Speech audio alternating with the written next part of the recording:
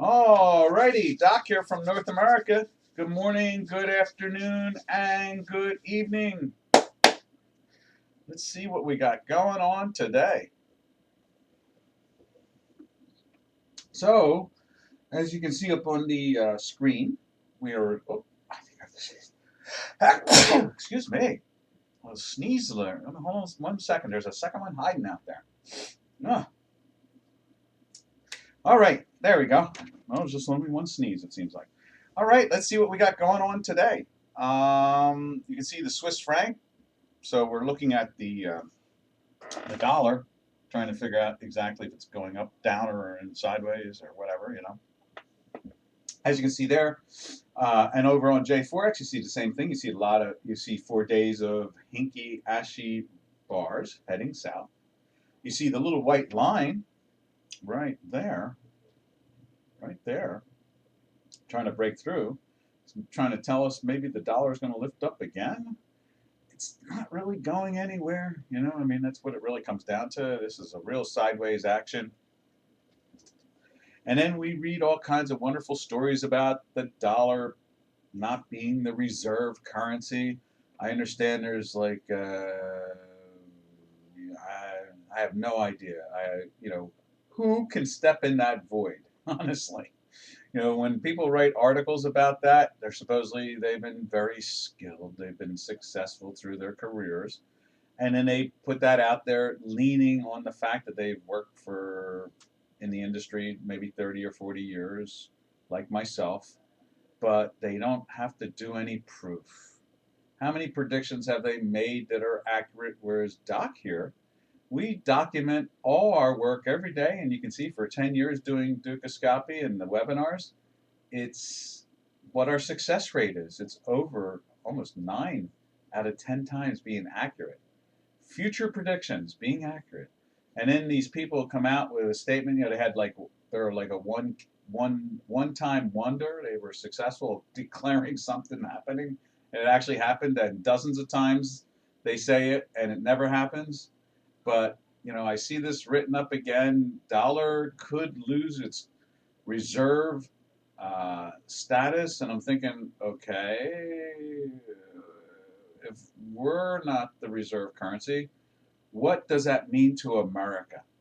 Man, I can tell you there would be a lot of traders in the United States cheering, a lot of accountants, financial accountants in particular, cheering.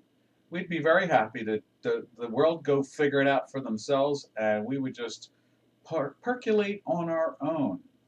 That's not going to happen because nowhere else on the world really pays anything that's worth having. And so that's the odd part of it all, is that it's not that we want to be the world reserve currency. We're stuck in that situation. Now, when I was a young man, in my 20s, a member of an exchange, or exchanges, since I've been a member of about 7 major exchanges, we were always worried that the world would lose confidence and not want to buy our bonds.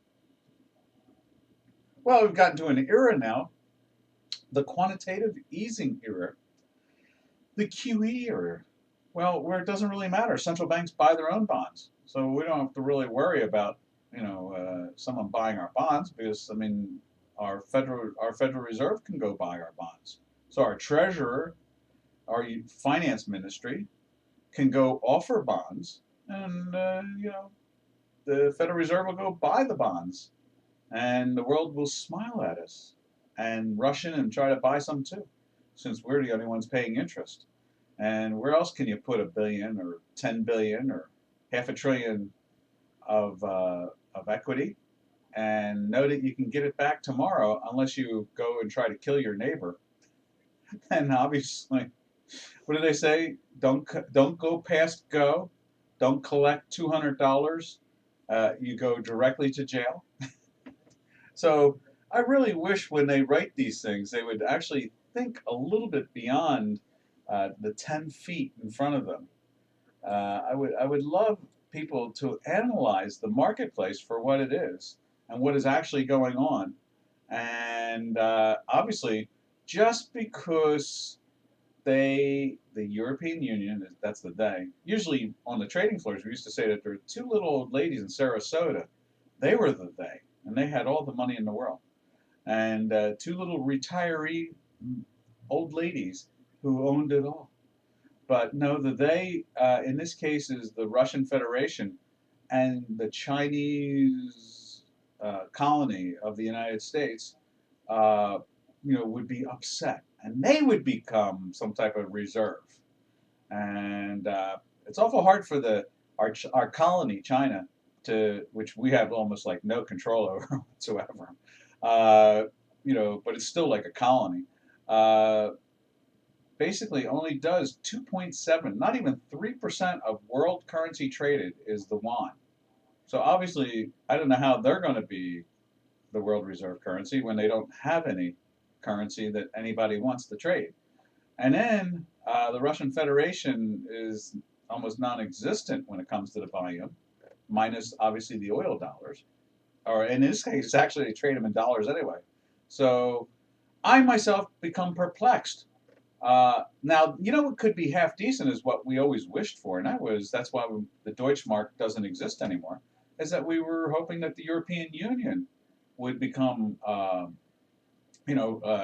supporter or a helper in that, situation of becoming a world reserve currency.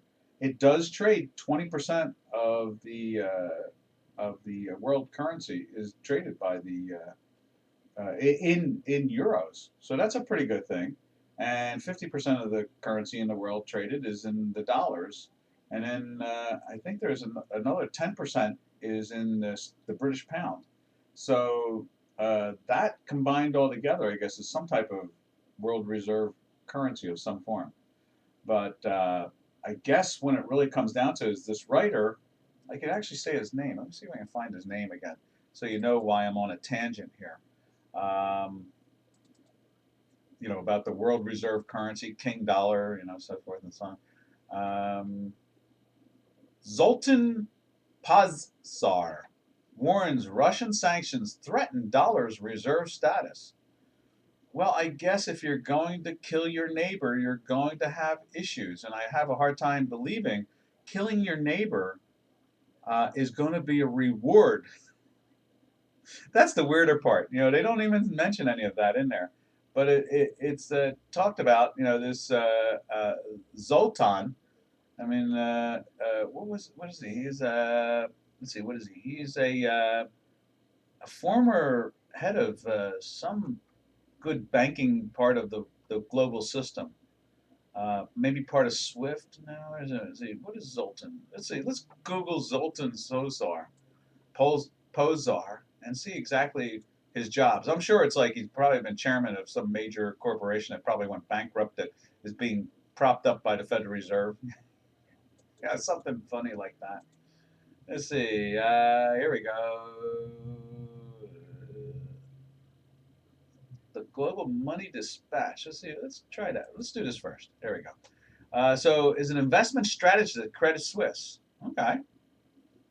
And is based in New York, and is joining Credit Suisse in February of 2015. Wonder where he came from. Senior advisor from the U.S. Department of Treasury. Oh, great. A bureaucrat.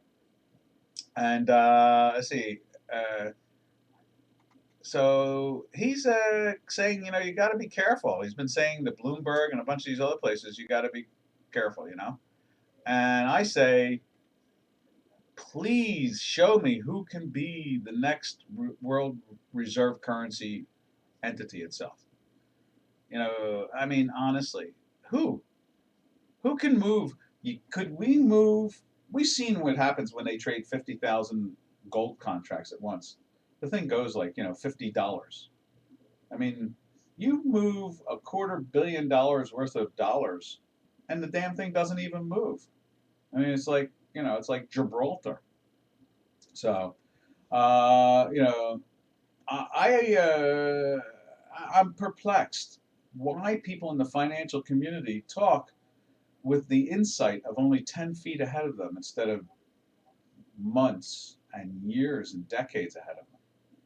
And they could really, if you want to do a bedtime, nighttime story of scaring people, you could easily talk about how much we as young traders at the New York Stock Exchange, which I was a member, and the Philadelphia Stock Exchange, which I was a member, and the Chicago Mercantile Exchange, where I was a member, and the American Stock Exchange, where I was a member, and God bless, may its soul rest in peace, the CEC, Commodities Exchange Corporation, at the World Trade Center, where I was a member. You know, we all worried about the idea that someday people would lose faith in the dollar. Now, people have to pay to own bonds in a lot of these countries. And in the United States, we still pay interest. So, my confusion is the fact that the lack of reality to understanding the financial markets. I think that's what it really comes down to, is the lack of people that are in the press that have no respect for history, no respect for past performance, and no respect for just basic fundamental logic. And that's what has me totally, thinking, how did they even come up with the concept that like King Dollar should be at risk? Why would King Dollar be at risk when we pay interest, we're liquid, and nobody seems to be even remotely close. And we pay, did I say pay interest? Yeah, we pay interest, and we're liquid, and we're not normally trying to kill our neighbor. All three of those things are a pretty good thing. You would think that they would be saying, geez, a democratic republic being the world reserve currency is only a good uh, example of what the rest of the world should strive for. Not, well, we're going to take the world reserve status away from that entity because this particular country is killing its neighbors and killing children, and we think they need to be rewarded. That's what it's saying. We think we should reward them. I think the Russian Federation should be rewarded. That's what they're saying. And that's what blows my mind, is that isn't anybody out there thinking anymore when they write things in the press, when they put information out and suggest ideas? Is it all just sensationalism, headlines to sensationalize, scary bedtime stories for young traders to be someday? All right, let's jump from there and get over to the real business, just showing you how successful we are every day compared to other dotes giving us bedtime stories that make no sense. All right, you can see here the Swiss. Oh, look at that. It's turned a little green there. Look at that. Let's look at it. Little green there. It's trying to turn up, as we were saying. You can see here on Chicago Quant, something that's accurate almost 9 out of 10 times over the last 45 years in the marketplace. Back tested on the Dow Jones Industrial Average over the last 90 years, tested with expanding galaxies and their thermodynamic expansions over the last 36 million years.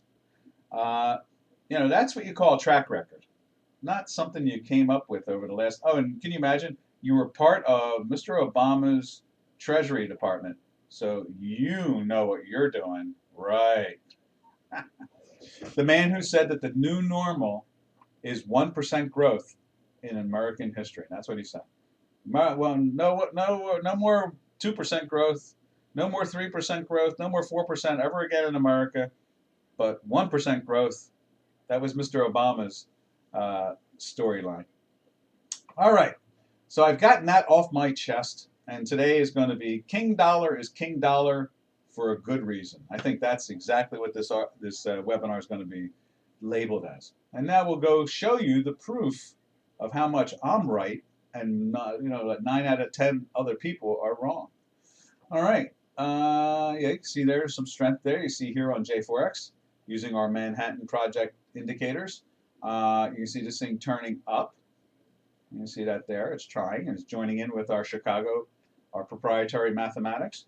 The only thing we really see out of all this is you can see the weakness that it's forming in here against the dollar, on a week-to-week basis. So, maybe we will see some, profit taking. I guess that's the only way I can look at it. I don't see anything else that's a problem. But what we do is we follow the math, and the math has a high rate of success, a very, very high rate of success. So that's where we are. All right, let's go over to the euro, that other currency that we as traders have hoped for years and decades to help us,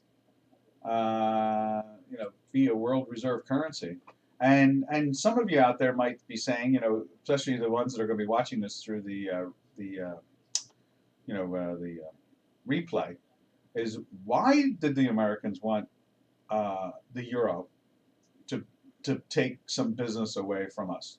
Because we really had an issue. A lot of us traders and the fundamentalist analysts, types, had a lot of issues with the fact that when we went to look at our money supply, we found, like 25–30% of it was outside the United States. So it wasn't really good at measuring future growth or lack of growth or inflation or lack of inflation, because we were the world reserve currency, and demand on our currency messed up M2 and M3 and M4 and so forth. They had to change mathematics or not mathematics, but they had to change the way we measured, certain categories, which used to give us insight to understanding our own economy. In other words, once in a while, we'd like to actually care about our economy, not have to pay attention to the world's economy, because since we are a democratic republic and the home of the free and the land of the brave, and the most powerful nation on the planet, not because of any other reason, but our system is the best. It's the best system. It works great.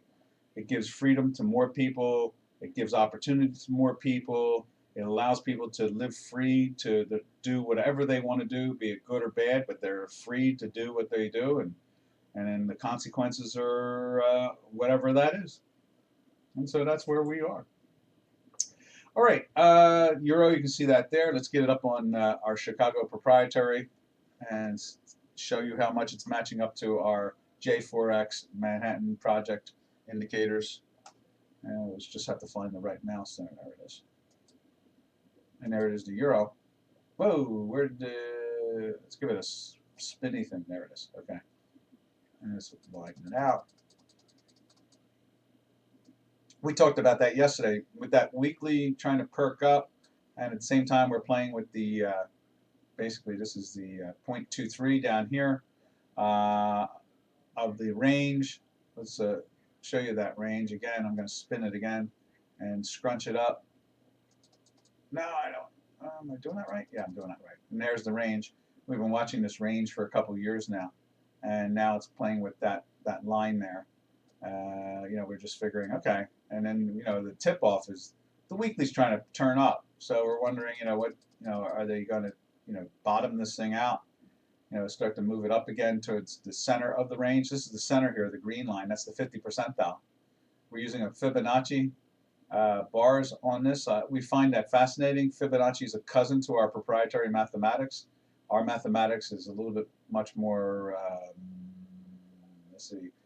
older, been around longer, and but the Fibonacci sequence and the Fibonacci characteristics are, extremely old. They go back billions and billions of years, and so does my mathematics. So that's where we're at. All right, from there, what else can we say? Oh, look at you can see on J4X, all those red hinkies matching up with our red dots, right there. That's what that's all about. The red hinkies and the green hinkies, basically the bars are trying to emulate and do a pretty good job. About 68% of the time they match up to our dot system right there. And at the same time, as I said, you can see that we've been in a weekly sell since here on that longer term trend. And oh, hey Robin, what's silver look like? Let's go check out silver. Let's see what silver looks like. right there. I know it's plus compared to gold, that's for sure. You can see a lot of that green going on now for weeks. Just lots of pressure on the upside. Trading was at 25.36. We are. Where is that at? Let's do this. This goes like that, and let's see what it looks like on the Chicago side of things. Right there, and then let's tune it in like so, and there it is right there. You can see we are playing that top end of the range right there. And we've been in a daily buy for 3 days, and we're flirting with the weekly buy. And in that article too, they talked about the idea that they may have to devalue gold to make it the world reserve currency. I thought that was a cute one. I can't wait to see how they figure out how to devalue gold.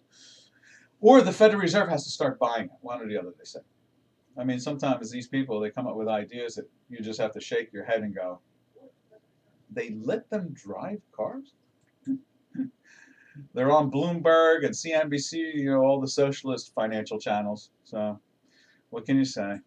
All right, there you go. Right there, you can see gold having a problem staying in the buy. It's went into the sell off of this big sell-off here, and it has gone up. There's no doubt. It went up over $50, and we're in the weekly buy. So you can't take the short, because that's what Doc's math says. Don't take a long-term short. Yeah, I mean, you could try an intraday thing or something if you're using a tool for intraday trading, but for the daily and the weekly situation, you have to be neutral. You can't be short. And the longer-term trend right here has been telling us since the 1830s to be long. And so, we went to like 19 and a half, and we were in a daily buy for all that action too. And now, with all this crazy calamity and kill thy neighbor stuff going on in Europa, the thing doesn't know what to do. It's kind of like that Jimmy Durante song, should I come or should I go? Howdy, howdy. So that is where they're at this morning, is that the silver is showing some life. I was thinking this morning in my head, I thought, I guess silver's strong because it's cheaper, so it's a lot easier. Whereas gold, they're not really sure what to do with it because it's more expensive, and they don't know how to, park it, store it, so forth and so on. Where silver is a lot easier to park and store. I saw copper too taking off like that, but we'll do that in the metals area, unless you want to see the metals. All right. If not, we're going to jump back to sterling. Let's see what the British pound's doing. The other, I guess it's a three-legged stool, something like that. And so, you got the United States, you got European Union, and you got Great Britain as the three most powerful currencies. And then the rest of the currencies are, basically, diminished from there, but solid. And then you got something like the Chinese yuan, which is like, is a laughing stock. And then you have the Russian ruble, which is turned into less than a penny. And so, what can you say about all these things? And people go out there and beat the drum trying to tell us how the dollar is the weak link because they just can't put up with the idea that a neighbor is killing a neighbor. Let's kill more children. Yes. Is that what the objective is there? Yes. Who are these people? They write these things and have no idea that they're condoning all this violence and this calamity and so forth by writing these things. In an indirect way, they are. They don't realize it. Downstream. We've talked about that. We talked about it in cybernetics and mathematics and physics and science for so long in my lifetime. Downstream, downstream. And then you have these people come on to national and worldly broadcasts and literally talk ideas that when you look the downstream says that you're perilously wrong. All right, where am I? Oh, I'm going to the cable now. There we go, right there. So yes, king dollar is king dollar for a reason. And a lot of people are afraid to tell you the truth, what the reason is. It's not that hard to understand, but I guess when you live in fantasy land, as Mr. Biden was saying, they were hoping him and Mr. what's his name, Curry, are hoping that they can use pixie dust instead of gasoline and oil. Pixie dust. Sounds about as crazy as usual. Pixie dust. Exactly. All right, you can see here cable doing the same thing. You got the green kicking in on the Hinky Ashies. See where the line is. The lines have been climbing for a couple of days, even with all that red. See if we can get both of them up there. There we go. So at the same time, you know, we've flirted in and out. You can see it here. We got into the daily buy for a couple of days there, and then we dropped into the sell. Yesterday, we're breaking down more today, and at the same time, our weekly trend is trying to turn up. So you can see that there is a confusion. You know, money is going in so many directions so fast. The longer term money is obviously the weekly, and the longer term money is trying to, you know, trying to sell some dollars right now. The shorter term money is buying dollars. So that's the odd part about it. And I guess they'll play their range, you know. We've seen this so many times in so many cases throughout the decades where you get that short term, and then after a while it's one or the other. The short term joins with the the longer term, or vice versa. The long term joins with the short term. In this case here, I don't think there's a lot of clarity because you can see the range that it's been trapped in for so long that, you know, there's not much of a reason to assume that there's any real. We have a saying on the trading floors. We call it conviction. You know, there's not a lot of conviction in the trade. That's how we used to describe it. Not a lot of conviction. When you see a daily going in one direction, you see a weekly going in another direction, and you start to wonder, you know, money is obviously not willing to commit. That's where that conviction word kicks in. Is what it's really saying. We are saying is that money is not willing to commit to a specific direction or a trend at the moment. They're just kind of vacillating, you know, bouncing around inside of a range with no real, as we say, conviction. There we go. All right, from there we jump over to, where are we going to? We're going to go to, yes, the Turkish lira. Something that I myself find after almost a decade of watching the Turkish lira fall apart, they've come up with a very masterful way of balancing out their issues. And we can take a quick look at that. There's the Euro Turkish. Well, let's do the dollar Turkish lira first. Right there. And you see there, it's trapped inside this big white rectangle.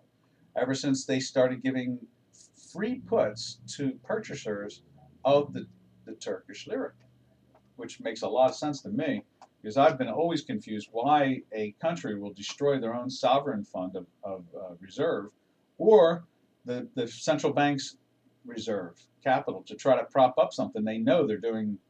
It's kind of like, what do they say about like spitting into the wind? So, I mean, it's just going to come back on your face. And if you're a country where you have economic policies that are working against your own economy, then it makes no sense for your central bank to keep on printing money to try to defend it. Instead, you have to change the policies. Now, Mr. Erdogan, the president of Turkey, has done that. They came up with a plan back in 2018-19, but refused to implement it until finally. And back then, the Turkish lira was trading in the sixes. Okay, and they were like, you know, saying this is going to be a stopgap measure. What we're going to do is we're going to give out a free option put for anybody who buys our currency, and they didn't implement it.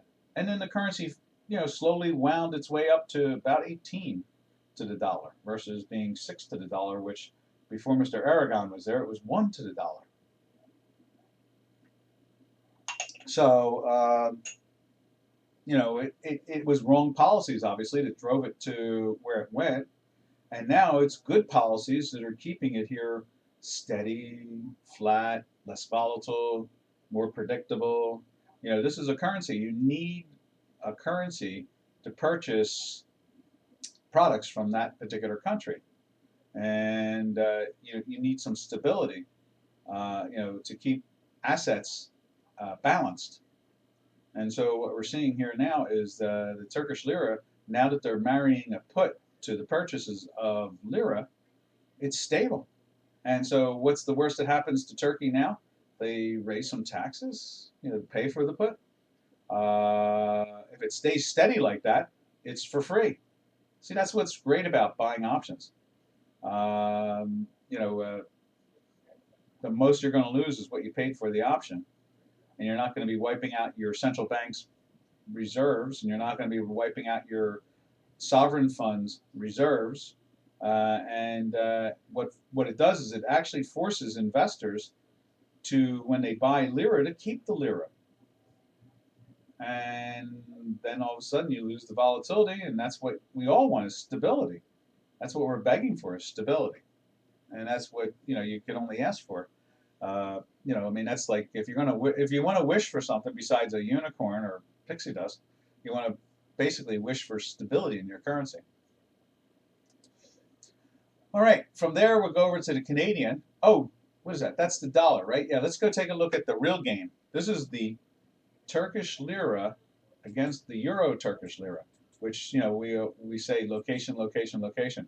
Much more better trading tool. You can see that there. It's trying to move up on the Manhattan Project indicator. And at the same time, we'll take a look at it through the Chicago Quants chart. There. There we go. Same thing. It's got it's even tighter. It has its cute little rectangle too, going nowhere. And you can see, matter of fact, look at it. It's trying to get it back into the buy. The weekly is almost like flatlined against the zero line. They've really taken the volatility out of this thing. Look at the way it used to trade like that. It was a maniac. It was wild. You're looking at a currency no more than 2 years ago was trading in the sevens. It found its way a year and a half later to the, where's the high at? The high is, I thought it was like 120 and change. Let's widen that out. There it is, right there. There's the high. 120 is 20. I'm sorry, not 120. 20.73. It tripled in price in a year and a half. That's not stability. Trust me. Definitely not stability. Matter of fact, if you look for what stability looks like, they wouldn't post a picture of the Euro Turkish lira at all. That's not stability at all. Instability, you could put a picture of it there. Definitely, instability is what it is. But not anymore. President Aragon has come up with a really simplistic, smart, brilliant way of dealing with issues right there. Give out a free put. You buy my currency, I'll give you a free put.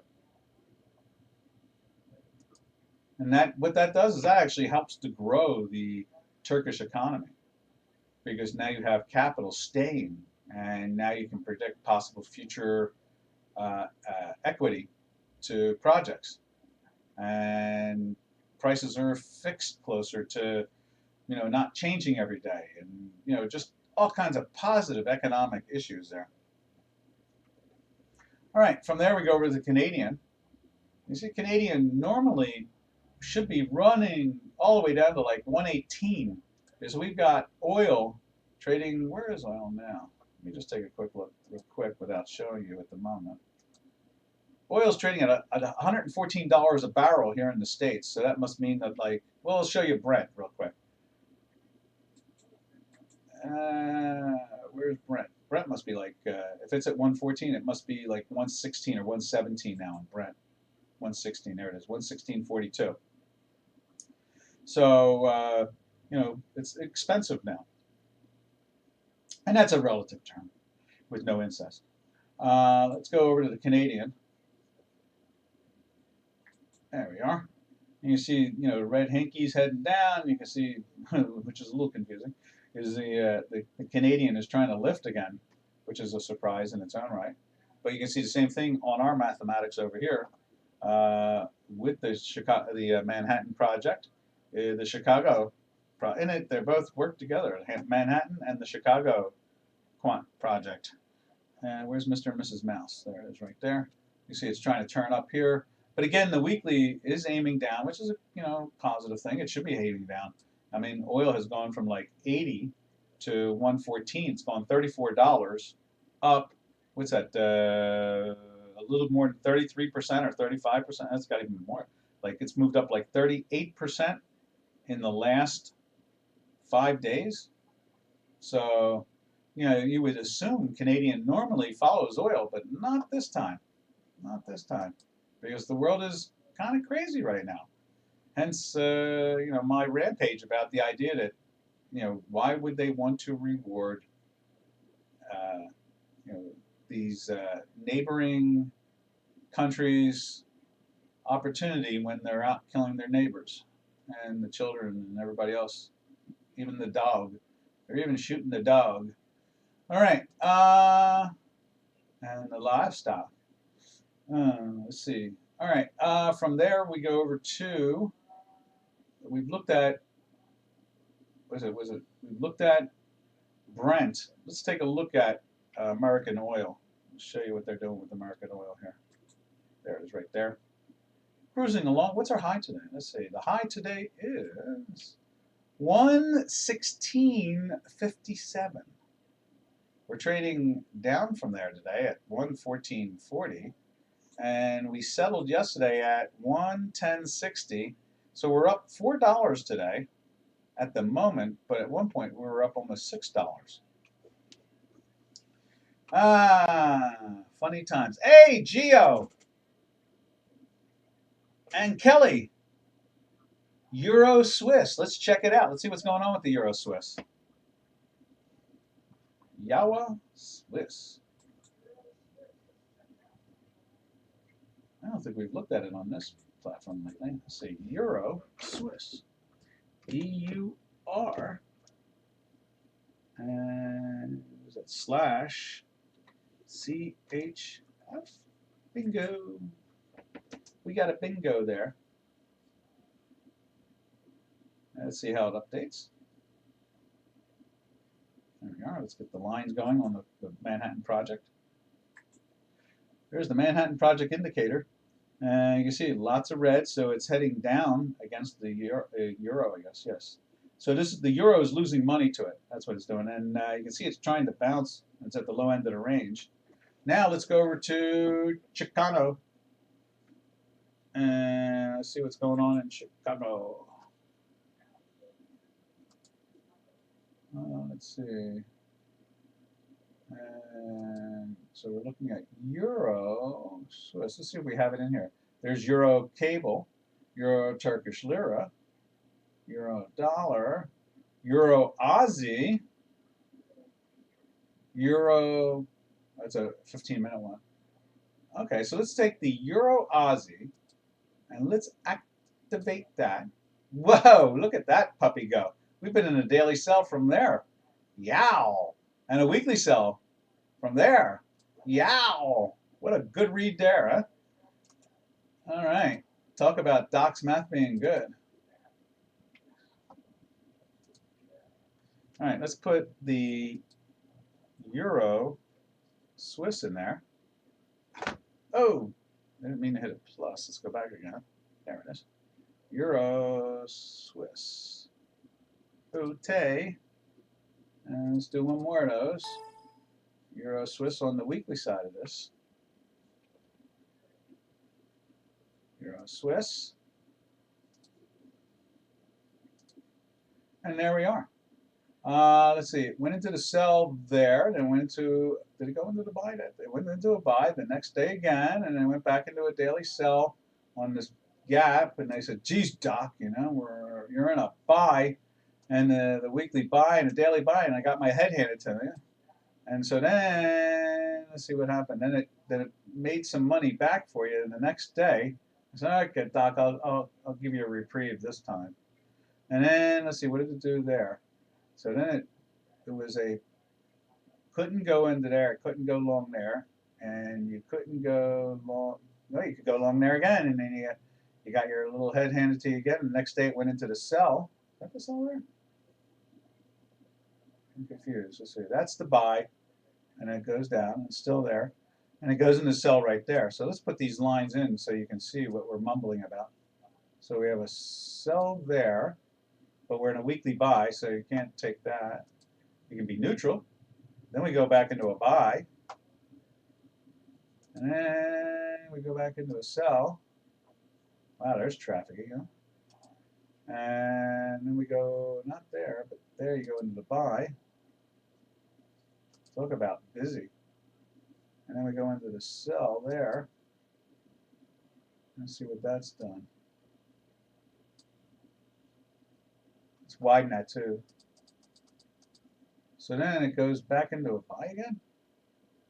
And again, it gapped up the next day too, didn't it? It took it off, took up. So then it goes into the buy there. And then it goes into the sell there. And that's where we're at the moment. Now we're finally getting into the sell here. Let's tighten that up and see what the weekly has looked like throughout this whole adventure. But there was a nice long run. Let's see, it went into the sell in October. And it was in a sell in October. Let's see, right there. For many weeks. 3, 4, 5, 6, 7, 8, 9, 10, 11, 12, 13, 14, 15, 16, 17, like 17 weeks. And then finally, the first week of the new year, it went into a buy. And it went into the buy. And then it went into a sell again. This thing's all over the place. And pink. And then it went back into the buy right there.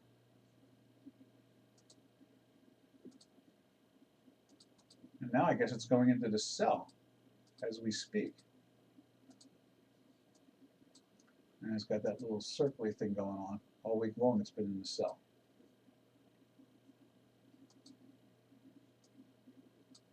There it is, right there.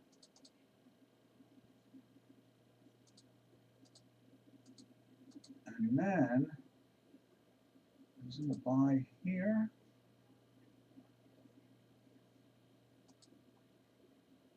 Is that a buy there?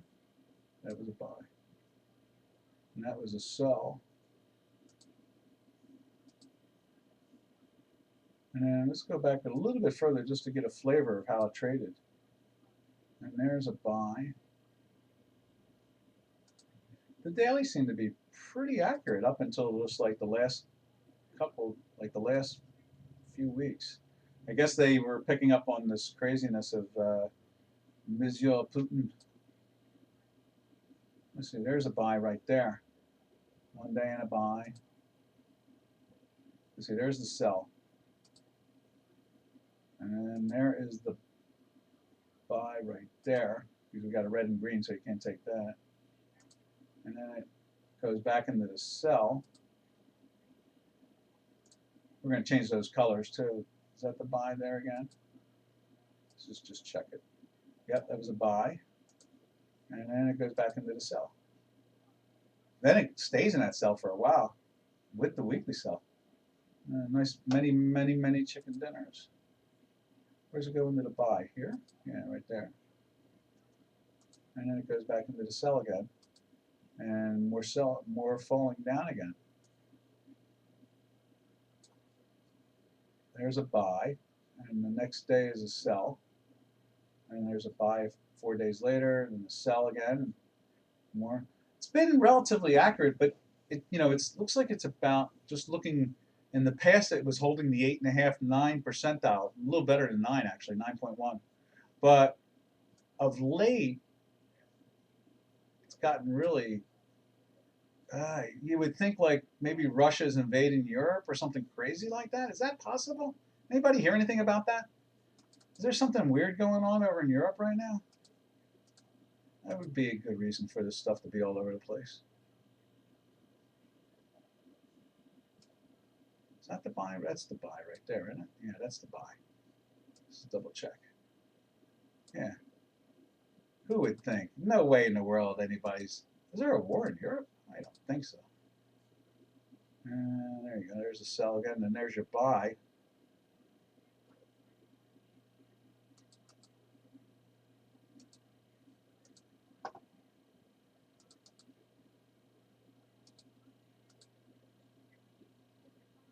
Yeah. Whatever's going on in Europe right now, it's got this thing all over the place. Goes into the buy, they take it up, and then the following day, they take it down. Now they're in sells. It's still down. This is, I guess, if you could say anything about this, one thing's for sure: our accuracy's dropped down into the 67% area. You know, it's you know, from all this noise.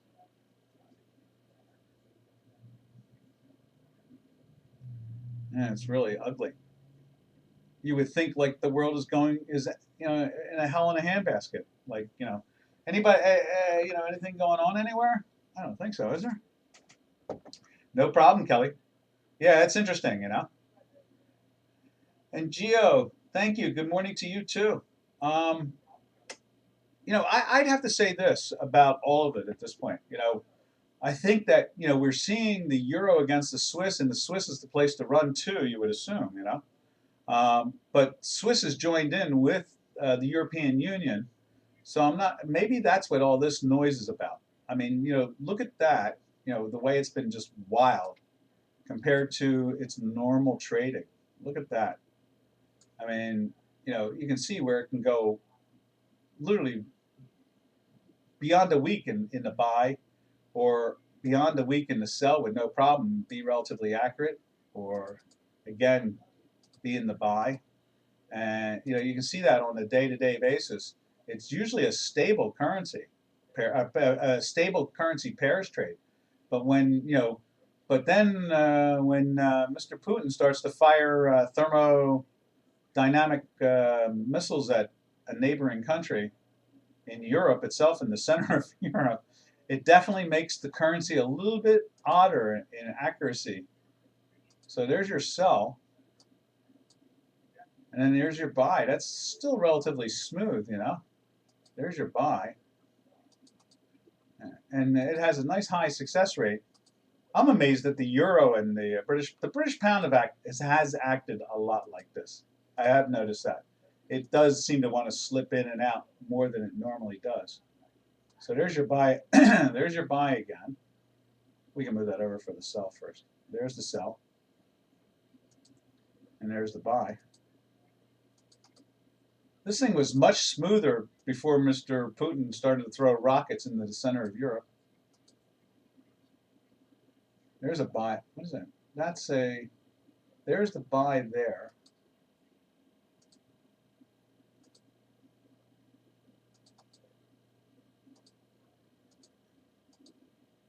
And it did go up in value. And you know, it starts to give us warnings that there's volatility coming. And then it goes into the sell there. But it doesn't last long, only 2 days. I guess, when was that? That was December. So I guess that was before the Olympics. And everybody, I guess, when was the Olympics? In January, right? January, February. So I guess as they were interpreting something like this was coming. Then you can see the sell here. There's the buy. And then there's a buy there. Much more smoother before Mr. Putin started to throw those tantrums. And then there's a sell the next day. Yeah, sell next day. It doesn't really go anywhere. And then it goes into a buy here and it goes right back into the sell again. Really sloppy action. And you wouldn't take the buy because it's in a weekly sell to begin with, but either way, just looking at just the daily trends themselves, something is definitely, I mean, that looks a lot healthier and is more accurate compared to what we're seeing right now. I mean, it's chopping all over the place. I hope that helped you out, traders. Gio and Kelly, I hope that gave you some insight. You know, I'm probably more, let's see what the overall trend looks like. Okay, yeah, so it's been working its way down again. You know, the euro has been losing. It went from 110 to, what is that, 102 basically? over 8-month period, something like that. What is that? Oh, what's that? 111, 112, 111-ish area. Since this time later, 12 months, over 12 months, it's dropped 10%, or let's say 8.5%.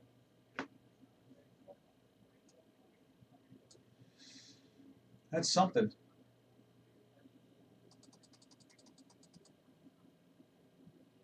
Indeed, indeed. All right.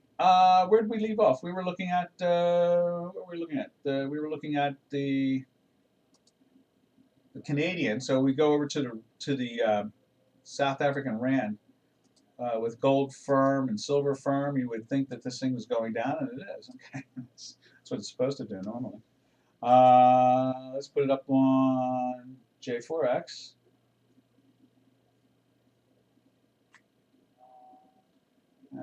Not there.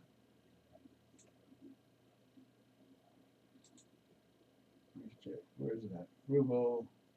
There it is. ZAR right underneath it. There it is, right there. Moving down. You can see the same thing here on the J4X. It's all moving down, the white line and so forth. So we'll see, if they bring it down to here. If they start to really bring, and notice how long it's been in the weekly sell now, since back in December. And it has been going, finding its way to find new lows. We'll see. Now we go over and take a look at the epicenter of all this excitement, right there. And the ruble's been really quiet now for like the last 4 days. I was saying that to Robin.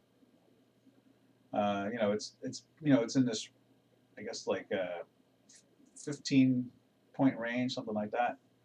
But it's gotten kind of quiet. Matter of fact, you can see here we're starting to flirt with a daily sell.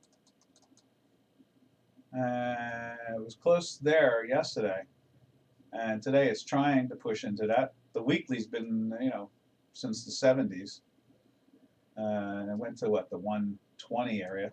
So it went up. The math picked that up pretty easily. I guess we'll see if we go into a daily sell and we start to bring ourselves back underneath the century mark. Maybe that might mean something positive for women and children and male adults in Central Europe. And if it stays up this high, I would say that, as we used to say on the trading floor when it got wild, all the married men should leave the floor. In other words, the ones with children and wives. We used to talk about widows and orphans a lot, too, on the trading floor. There was a lot of old-fashioned philosophies that make a lot of sense, but are not talked about anymore. All right, where do we go from there? Let's head over to the yen. Let's see what the yen's up to. I saw yesterday they did the elephant walk with the F-16s over in Tokyo. The Japanese fly F-16s and F-17s, and I think they have some F-35s even. And they did the elephant walk where there were like literally 50 of them on a runway with a helicopter leading them. They call it the elephant walk. And you can see here the yen is playing around with the 5-year high. That's the 5-year high right there. Let's just move that over a little bit. Right there. 5-year high right there. Dancing with again there. And looks like they're trying to turn it up here. And you can see we're in a weekly buy from there. And we're moving up. All right. From there, we go over to, come on, machine. What's up with that? There we go. There is the yen. You can see that green hinky 2 days in a row. You see the white line trying to pierce back up again, playing with those 5-year highs. All right, from there we'll go over to the North American continent and take a look at the Mexican peso. There's the peso right there. Moving up a lot lately, I noticed that. But it's a very tight range, especially when I show it to you on the Chicago Quant. You'll see how tight a range that is.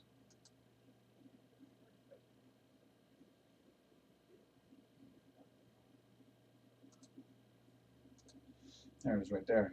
It's been a pretty tight range for about 4 months, and it had been like that for over a year and a half until Mr. Biden had that conference. This whole black oval is about the conference. He declared a conference with the Mexican president and the Canadian prime minister, and they had it, and the thing exploded off of it, and then it found a way to move back into the range. Now we can say this about the Canadian. The Canadian, in that same time period, uh, pushed up to the highs and banged against the highs in that same time period, but really didn't do anything more than that. Let's see. Geo says, Doc, do you take option questions on here? Oh, sure. Ask an option question, I'll give you an answer. If so, on another program, want to ask you about hedging crude oil long positions in the black. Oh, in other words, you're long oil and you want to hedge the position to lock it in, but have potential to make more money at the same time. Is that what you're saying? I have an answer for that. That's no problem.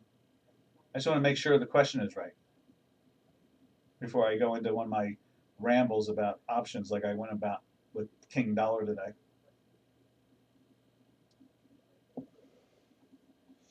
And let's do this at the same time. Let's go visit Mr. and Mrs. Oil and all the little barrels. There we are. And I think we'll put the Brent up on there too at the same time. Long 2 contracts, average cost 85. Okay, so that's pretty easy. What you do is, let's see if we can get some option prices. Let's do this. Let's push this up to here. I'm going to put that chart up. Let's see, what's that? Let's go like that. Okay, so now, let's do this. Let's minimize that. Bring this up over here. There's oil. Let's put oil up there so you can see it. There we are. Now let me see if I can get the option prices for you, and I can give you a general idea of what the logic would be. What you want to do is you want to buy puts, obviously. You can buy put spreads. You can do all kinds of things to get some downside protection. And at the same time, you can find ways to pay for it without having to take it out of your pocket, as much out of your pocket. Let's put it that way. Let's see. Let me go to my option page. And let's see. So long average price of 87.30. So let's see. Let's look at some of the prices in there. Let me go find prices. What am I looking for here? CL, enter. And let's find the options, future options. Let's see. I guess we go out to May. That's funny. All right. And so let's put up options from 85. Shift. Actually, we should go a little bit lower. I guess it doesn't matter at this point. 85 to 130. There's a lot of talk that we could see 130, 150 oil, if not even higher. Let's see. All right, so let's do this. Let me go do that again. I'm trying to put the options in. Okay, so add, and then let's make them $4 wide. So what did I put in there? I just put in the 85s. So let's do the $5 ones. Why not? 90s. Make it easier for myself. 90 put. Add. And I'm looking at the May contract. Let's look at the 95 put. I'd have to imagine that the volatility has ripped. And that's why you've got to do it in spreads. And there's many different types of spreads you can get away with too. Matter of fact, let me look at the one, what do I got there? I got the 90, 85, 95, 90, 95. Let's put the pars in there. That's 100. 100 put, add, and then let's put the 105 in there. Add. Let's put the 110 in there. Add. And then let's slide down to, or up to, let's put it that way. Let's put the 115 call in there.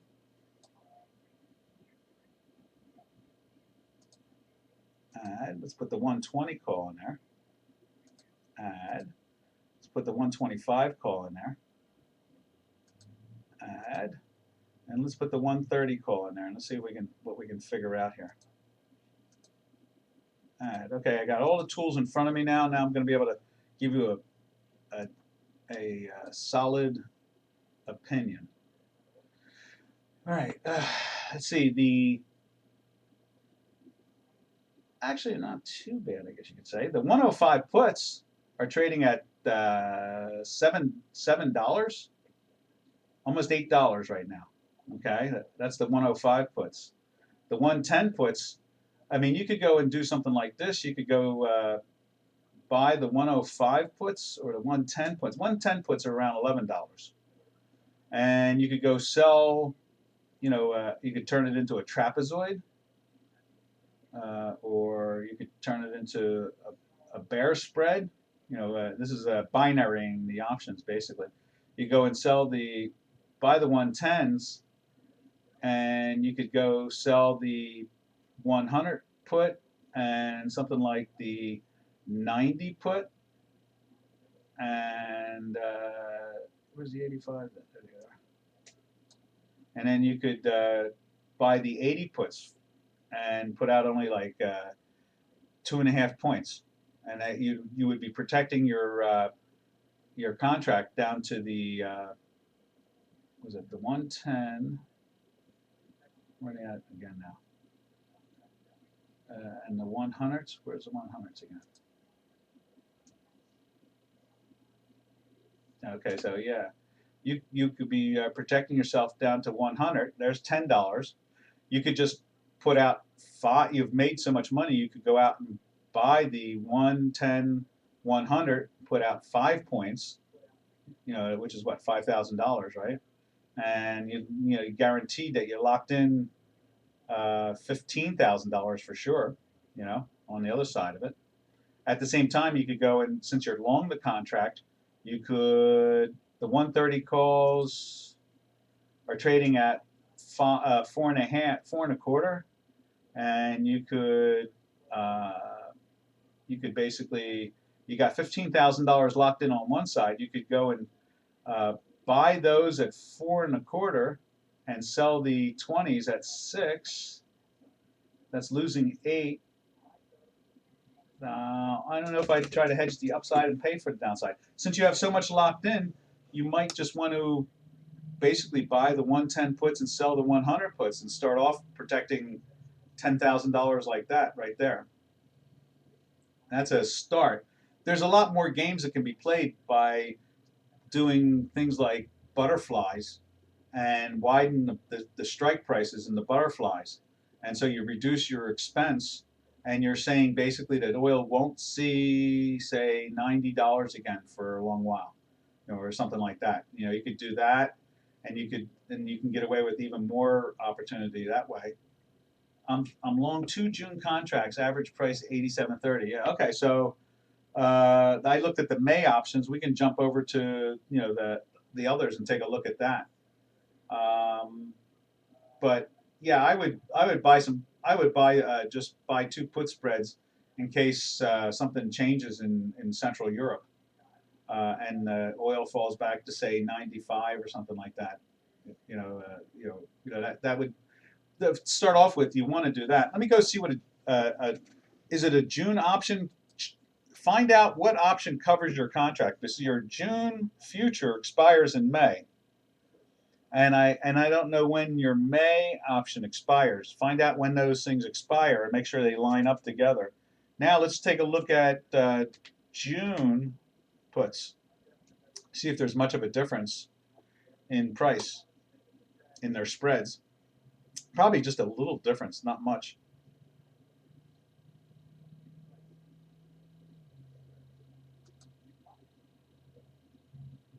June 22.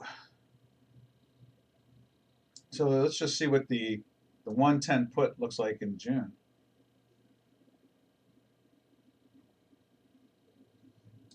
Where is let's put June futures up. We have some clients paying attention to the June futures. So let me just put the June future up there just to see where the price tag is.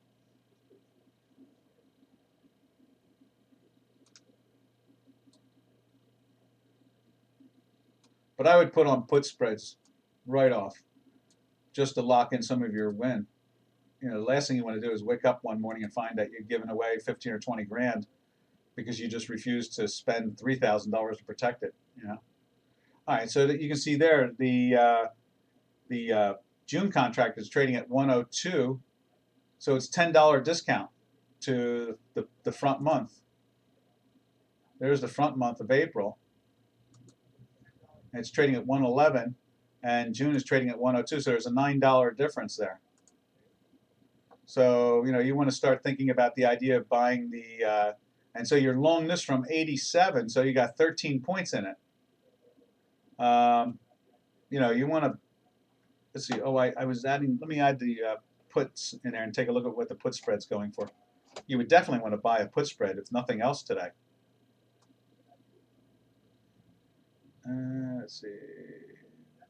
So let's look at the par, the 100 put, add. Let's look at the 95 put, or the 90 put. See what we'll do, 95 and 90 put. There's the 95 put, and let's see what the 90 put looks like. Okay. There we go.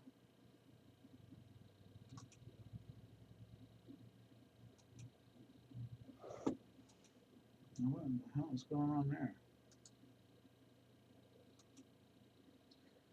Discard. I put a bid out there out of nowhere on the machine accidentally. All right, so the 100 put is 8, and the 90 put is, I'm going to discard that. When I click on that, it's got me putting a bid out there. Come on. Give me a quote.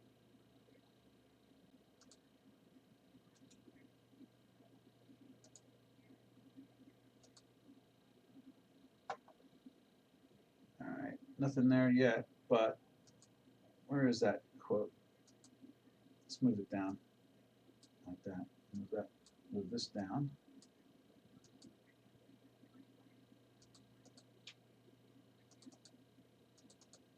Okay, there we go, 4.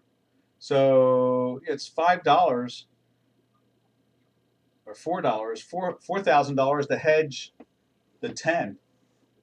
So that's 6,000 right there. You can go off after that, go way lower, and sell some put spreads against it. But I would say you want to definitely start off with doing something. You know what I mean? And you have the upside potential. You know, it's going to be moving up, and you got a couple months there. You can do different spreads to make back any money you lost. You can do all kinds of wonderful things. Okay, let's see, June contract. Okay, thanks, Doc. I like it. Simple. I'm not too smart. None of us are. I'm right there with you. So use put spreads, buying the further out put and sell the closer put. Exactly. Exactly. And then you could go and sell even further out puts against it in spreads. And at the same time, you could go sell some call spreads way up, you know, $30 or $20 higher, and take a few more dollars in. And since you're net long the futures, if it runs, you're only giving up future profits. And if it falls, you lock in a great amount of your win. The idea is a win is a win is a win. You can come in tomorrow. We'll talk about it again. I'll keep these quotes locked into this thing. Let me just cancel my bid. Don't want to be bidding at the moment if I don't have a position on. All right. This is Doc from North America saying, be nice to your neighbor. Happy trails to you until we meet again. Happy trails to you, to our trading friends. All right, traders, be safe, be smart. And for our Ukrainian friends and European friends, be safe. Oh, Giannis is asking for a title.